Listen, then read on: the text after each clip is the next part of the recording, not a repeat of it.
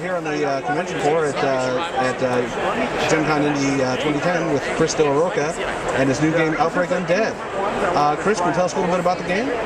Yeah, it's a percentile-based zombie survival game, which has your ability as a person to survive the zombie apocalypse.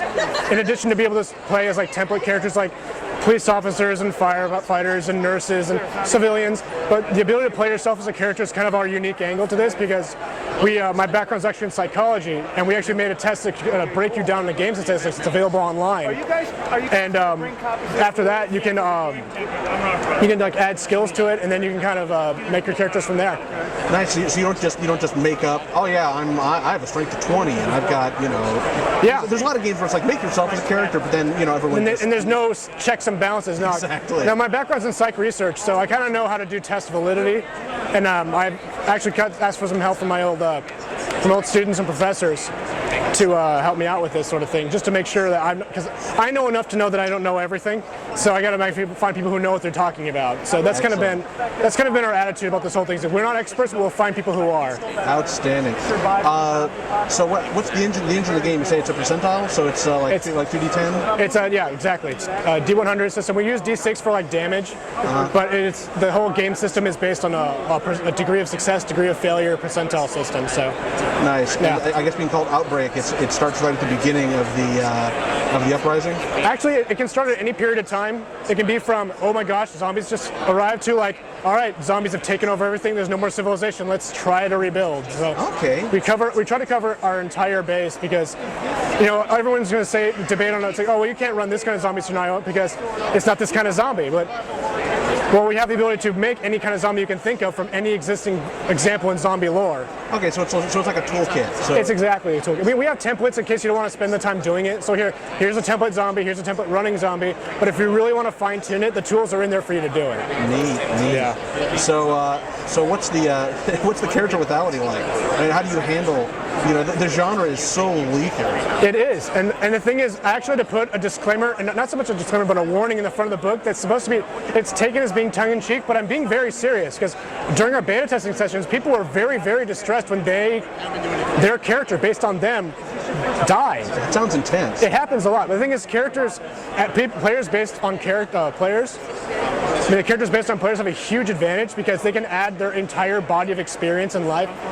So while there's a bunch of skills in the book, we can't possibly cover every area of experience. So what we did was we created a system called Gestalt dice, which is basically based on Gestalt's theory of psychology, that the whole is greater than the sum of its parts.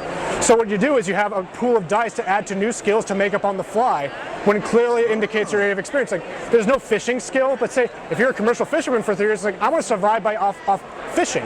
Well, there's no skill fishing, but I can add and make up my own fishing skill.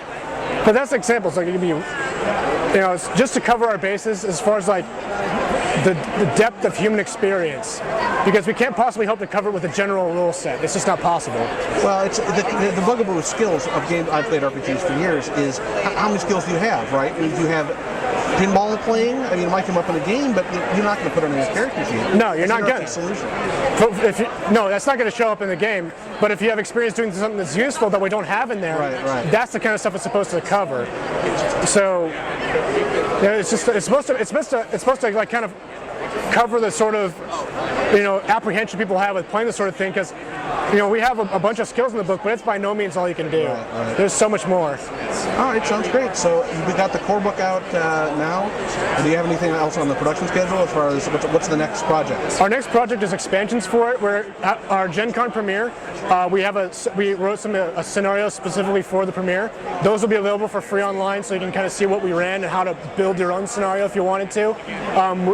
Because the book is so vague, we can actually do expansions. We have one called Outbreak City of Angels, which is going to be set in Los Angeles. And actually the writer's back there, and he's working on that now. That's our next big expansion. We're also going to do one for the Great White North. We're going to do one for snow campaigns based in like northern United States and Canada. So they're going to be regional supplements that kind of go with regional wildlife and geography. So that's kind of where our expansions are going to go. So that's kind of what our development's going to be. Terrific. If somebody wanted to pick up the game or or find out more about it, what's that website URL? OutbreakUndead.com. Outstanding. Well, we'll be looking forward to seeing more from you in the future. Thanks for taking the time to talk to us. Oh, you're welcome. I don't want to set the world on fire. I just want to start a flame in your heart.